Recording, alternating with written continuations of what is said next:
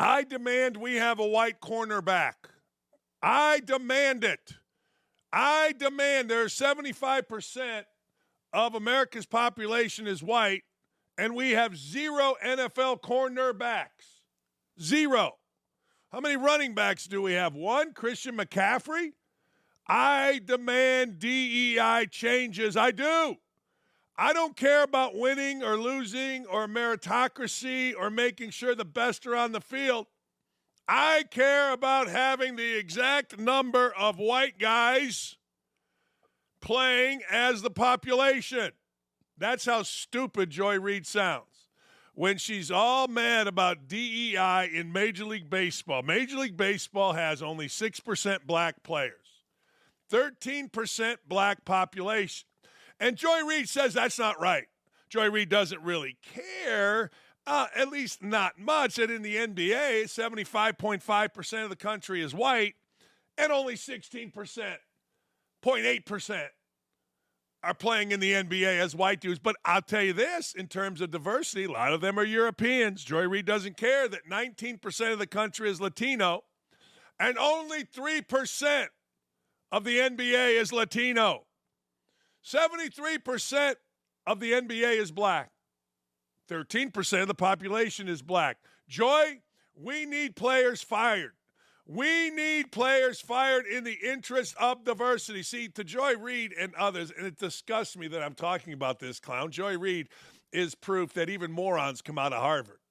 Well, maybe most morons come out of Harvard. I don't know the real answer to that, but the truth of the matter is saying that DEI has to come into baseball on the field. Like if you want to talk about all that nonsense in the front office or in the sales department, tickets, concessions, yay, Rod, go fight, win, do that.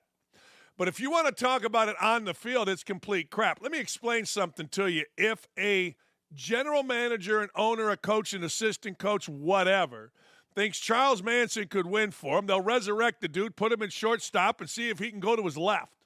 That's what they'll do. We've had murderers play in the NFL. We have.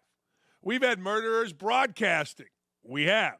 Cut it out with the DEI on the field. If you need DEI elsewhere, God bless you. But here's the deal. Sports is the ultimate meritocracy. Where else can you get white, black, Latina, everything to come together and rip each other than in an NFL or in Major League Baseball or NBA locker room? 60%, by the way, of NFL players are black. Only 13% of the population is black. That seems odd to me. That must end. We must get that number down, says Joy Reid, right? I mean, isn't that what it is? Or is it only white dudes? You know the answer to that. It's only white dudes, period. No more, no less, just whitey. We must eliminate whitey. Well, I disagree with any of it. I simply say this. If I am the manager of a team, I am simply going to say, draft the best player, develop the best player, put the best player on the field, on the court, on the pitch, wherever, period.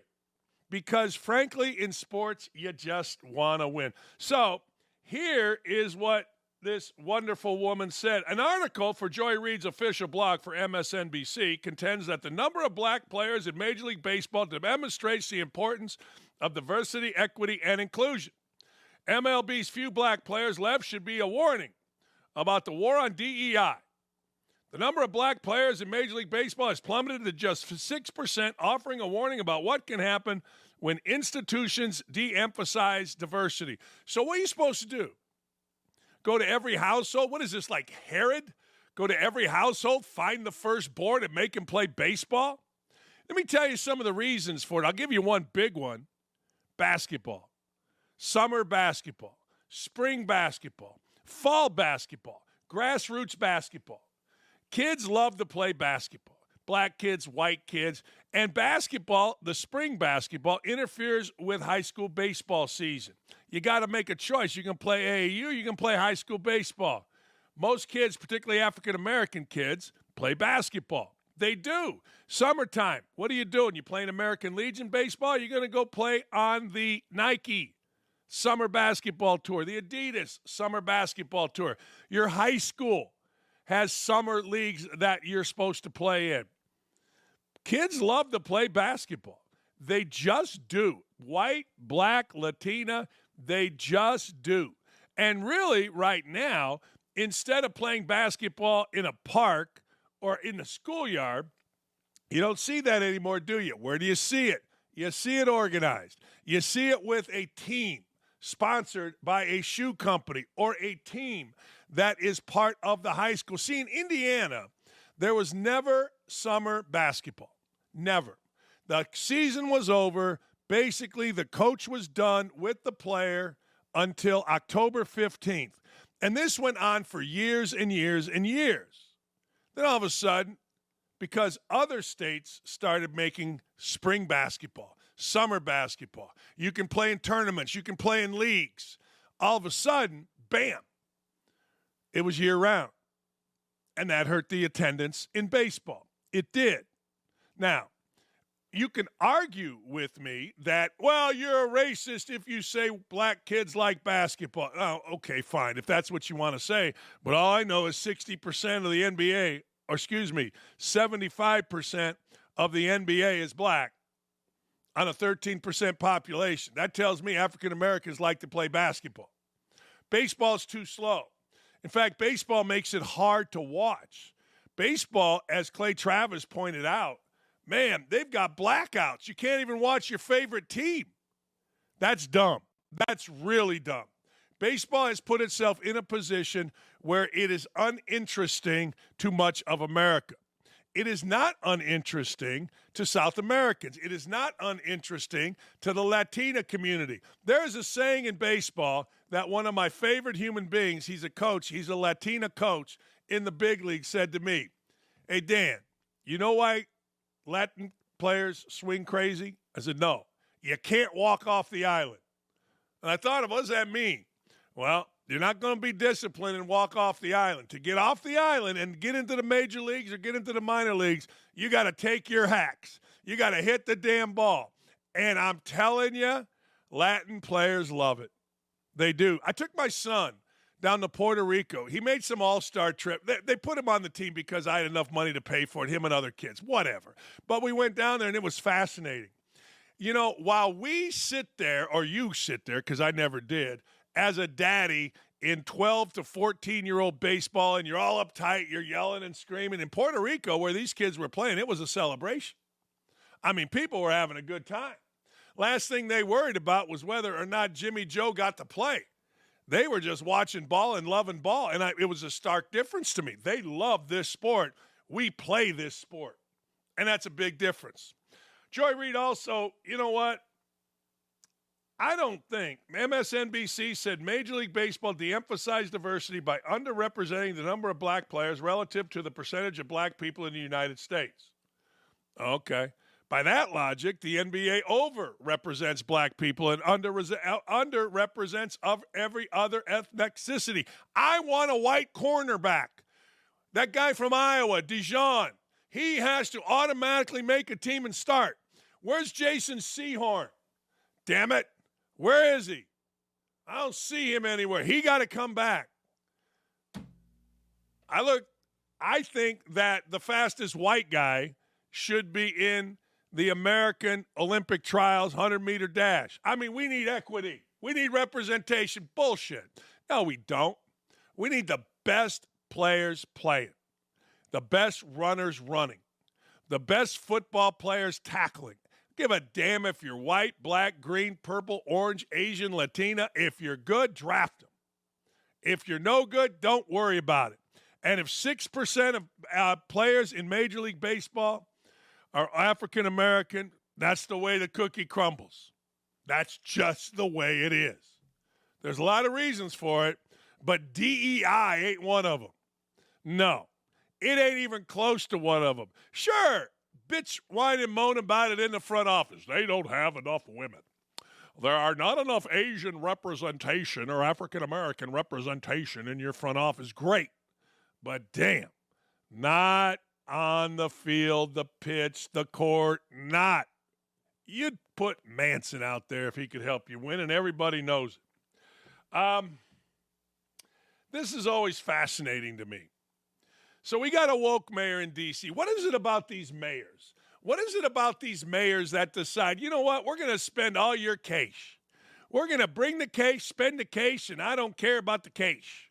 So this mayor, Muriel Bowser, she's D.C.'s mayor. She's got an absolute hellhole going on. It's the most dangerous city.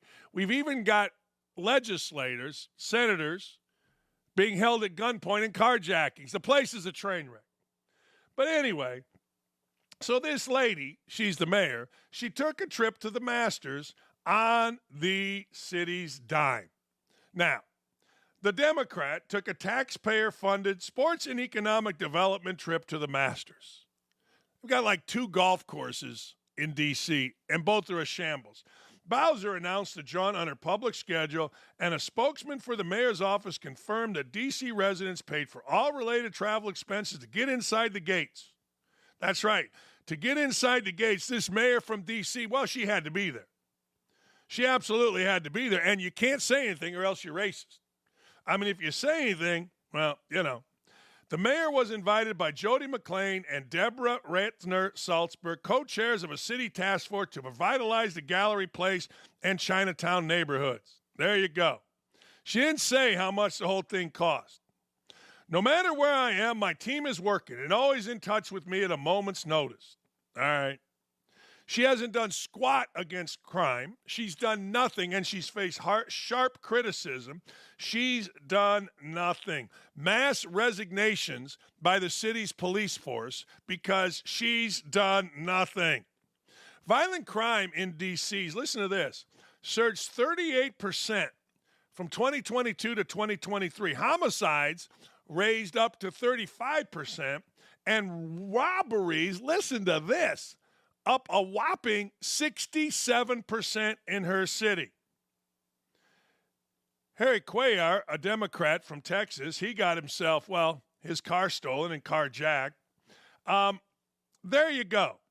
Sentencing in her city sucks. Lenient judges, lenient district attorneys, attorney generals, lenient prosecutors.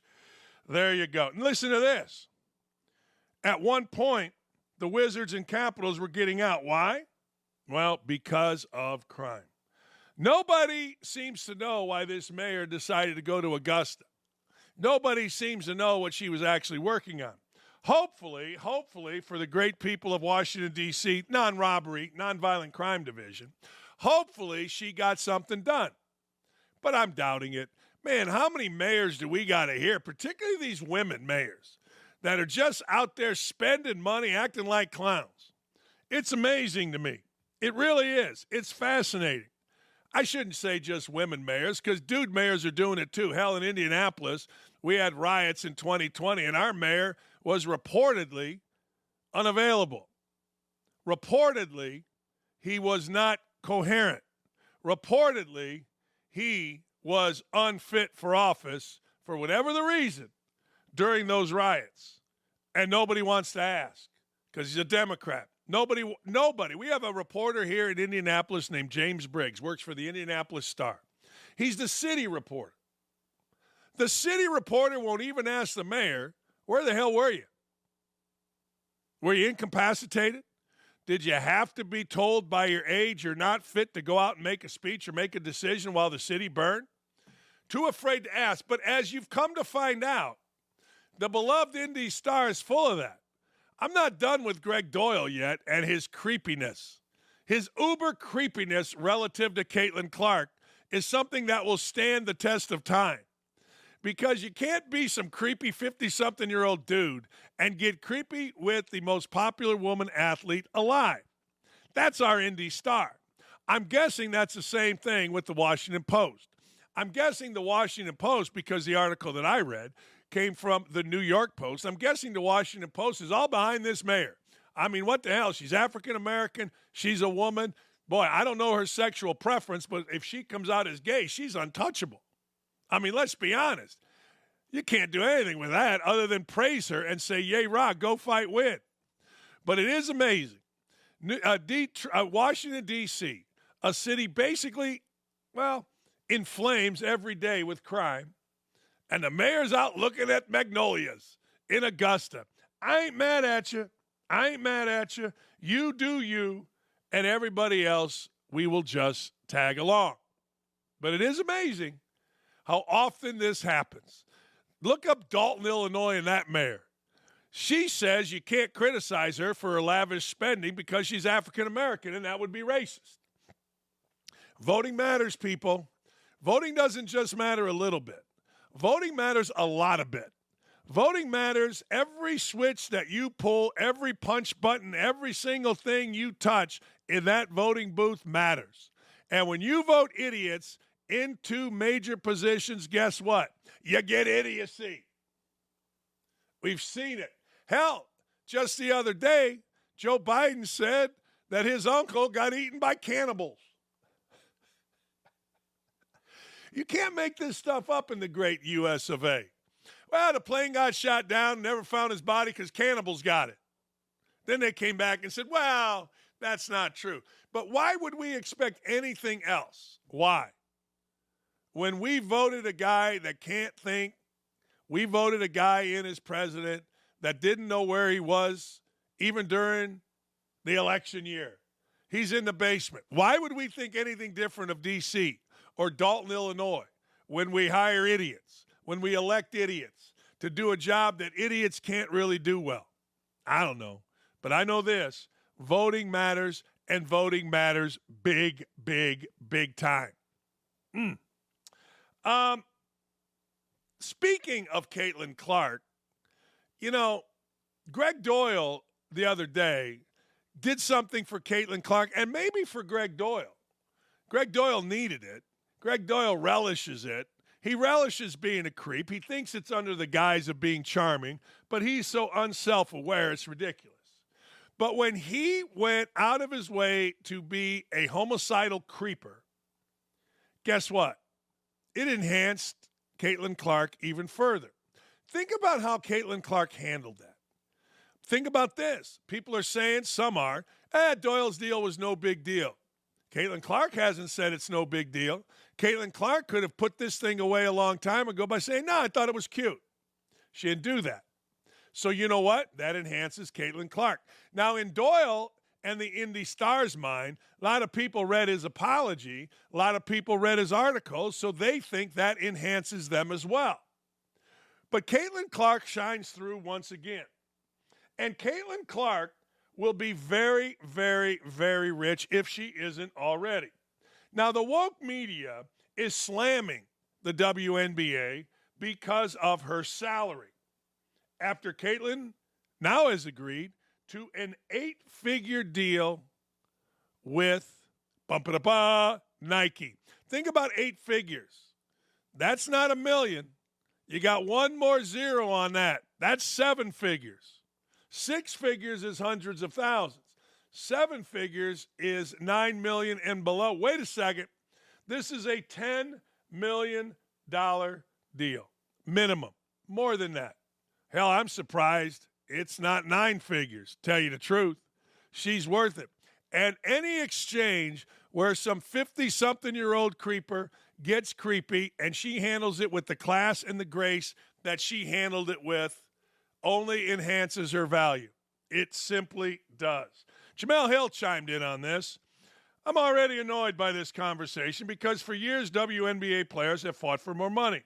So many of y'all told them to shut up, reminded them how they had no value. The NBA has had 50-plus years of investment, media coverage, etc. After 27 years, the WNBA will not be the current NBA, so stop comparing them. Now you know why so many women players play overseas to boost, supplement their income. Weaponizing this information against WNBA players is another form of misogyny. That's cool. You know, it's also a form of business. I mean, look, there is nobody, and I know these people. I know some of these people. You know, there is nobody in the WNBA that doesn't want to pay their players. But it is a business. I mean, make no mistake. And businesses are to do what? Make money. They are. And in 27 years, the WNBA has never made money. In 27 years, the WNBA has never been able to stand alone. It's subsidized by the NBA. And that seems to me to be the opposite of misogyny. That seems to me to be the NBA, the men, helping the women, going out of their way to enhance opportunities, to grow a league over the last 27 years. I don't know. Maybe I'm missing something. The salaries are what they are, not because anybody wants to keep women down. Why would a league subsidize another league and then try to keep that league down? You would love to grow that league. Yeah, look, the WNBA owners, I guess you're supposed to call them governors, pretty smart dudes. They made a lot of money. They are billionaires with a B. You think they want to invest in something and lose money at it? You think they want to invest something and make money at it? I think you know the answer. Obviously, it's the second.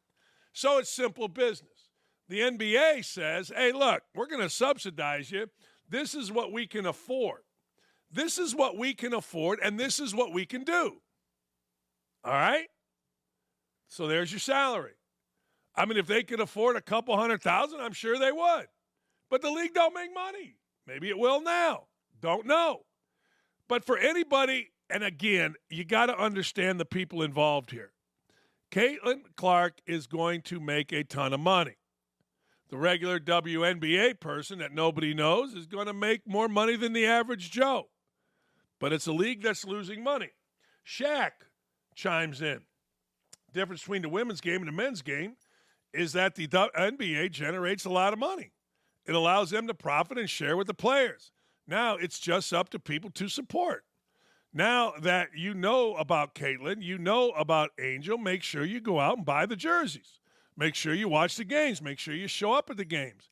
It's time to really super support these women because the more money the WNBA makes, the more money the players will make. That's right. That's exactly right. I mean, Shaq's a capitalist. Shaq understands this, as we all should. This isn't any great mystery, but I'm telling you, any time somebody like Jemele Hill has a chance to bring race, misogyny, whatever else it is, they're gonna. Regardless of the facts. Regardless. They've never ran a business. Jemele Hill's never made a payroll. She's just like Obama. What was Obama? A family planner? No, city planner. Okay. Did you ever have to make a payroll? You know, it's funny. People have all these opinions on businesses that never ran a business. Shaq runs many businesses, and Shaq understands. You want this league to grow? You got Caitlin Clark. You got Angel Reese. You got the girl who was the second pick with the dress 3/4 up her ass. You know what? Let's go. Buy their stuff. Go to their games. Watch their games. Talk about it. Get on Twitter. Support the advertisers. You know what I'm talking about. Just do what simple business does. Support the product. It ain't that difficult. It really isn't. But anything other than saying, well, you know, Victor Wembanyama makes this, well, the league can afford it. The league makes 160 times, the NBA does, 160 times what the WNBA makes. It's not even close. Don't even try. But you can grow it now. You got somebody people want to see. With all due respect to Cheryl Swopes and Diana Taurasi and Rebecca Lobo, who's awesome, and Big Griner no. I mean, they're fine. They're good. But they didn't capture the hearts and the imagination of anybody. Now, I guess you can call it race. You can call it whatever you want. Doesn't matter. But there are certain players that capture the heart and the spirit of a city, of a sport, of a league. Jordan was one. Magic was one. Bird was one. Isaiah was one. Caitlin Clark was one. Kobe, I guess, was one. I never felt Kobe to be a likable dude. But I'm weird about, attacking women in hotels. Just me. I've never felt LeBron to be that likable dude. I think that Durant could be, and deep down is, but he's such a punk sitting there like he's, I don't know, trying to be something he's not in press conferences, that he's blown his opportunity. Steph Curry certainly is. But the fact of the matter is it's rare. And I'm not sure it's ever happened in the WNBA. So go get him, Caitlin Clark. Go get him. Go get as much money as you can. And while you do it, do exactly what Tiger Woods did, which your greatness spills over to others. Exactly what Jordan, Bird, Magic did. Your greatness spilled over to others. Remember, before Bird and Magic, true story, The NBA Finals were on tape delay, meaning the game was played at 8 and it wasn't shown on national TV till 10:30. That's a true story. All of a sudden, here comes Magic. Here comes Bird. The league explodes.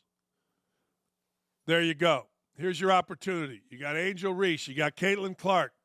Have at it. Best opportunity they have ever had in that league. And maybe best opportunity they will ever have in that league. So go get it. Dominate it. Kick ass. And if you're really upset about the difference in salary, as Shaq said, go to the game. Buy the jersey. Watch the games. Simple. Very, very simple. A lawsuit, we've detailed this before, alleging sexual assault against Dallas Cowboys quarterback Dak Prescott was dismissed in Dallas County Court this week after the woman made the claim that Prescott sexually assaulted her in 2017 shortly at the end of his rookie season. The plaintiff's attorney filed a non-suit without prejudice request, which allowed the plaintiff to give up her case and refile in a different county. The attorney also claimed that the plaintiff had not entirely given up her suit.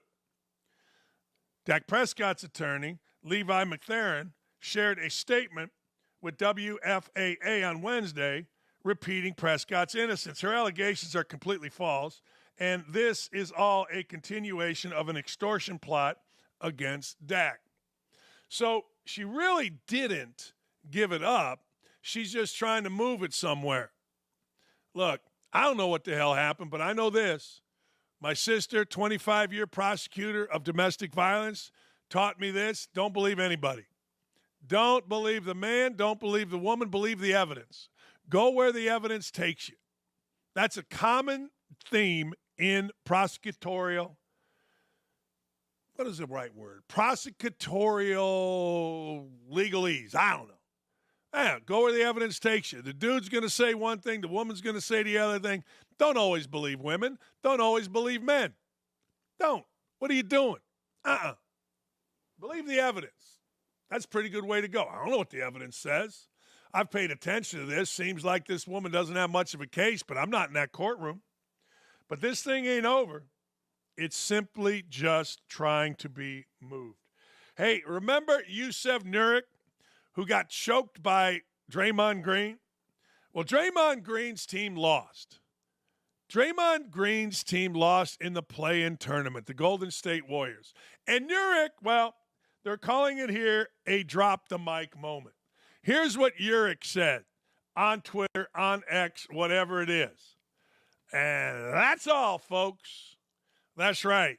Talking about the Golden State Warriors. Now, we'll see what happens with the Phoenix Suns. We'll see what happens. I don't know.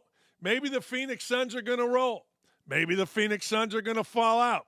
Who the hell knows? But I do like a good X spat. I'm going to try to call it X now. I've had a hard time calling it X, but now I want to call it X. So X spats rule. Other people drool. And I like that Nurkic came back at Draymond Green. Draymond Green, well, he is who he is. It's unbelievable to me. I try to think logically.